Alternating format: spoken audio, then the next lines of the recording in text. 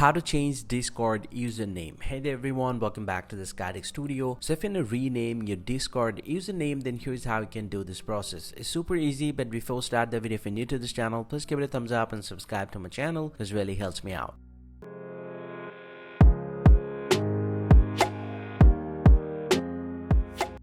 Well, so now to change Discord username, simply go and open up the Discord application from your phone, and from the Discord homepage, go and tap on this profile icon at the bottom right, and then simply go and tap on the settings option at the top right. Now from the Discord settings, simply go and tap on account, and inside your Discord account, you'll get to see the username. You just need to go and tap on the username right here, and you can actually go ahead and delete the username, and you can set a new username that you want. So I'm gonna set a new username right here, and once you have set it up your new username, simply go and tap on the save button at the top right, and this will record your Discord password. So just enter the password right here, and once you do that, your username will be changed. Hope you find this pretty helpful, guys. If you do, please drop a like and subscribe to the channel. See you guys around, and thank you very much for watching.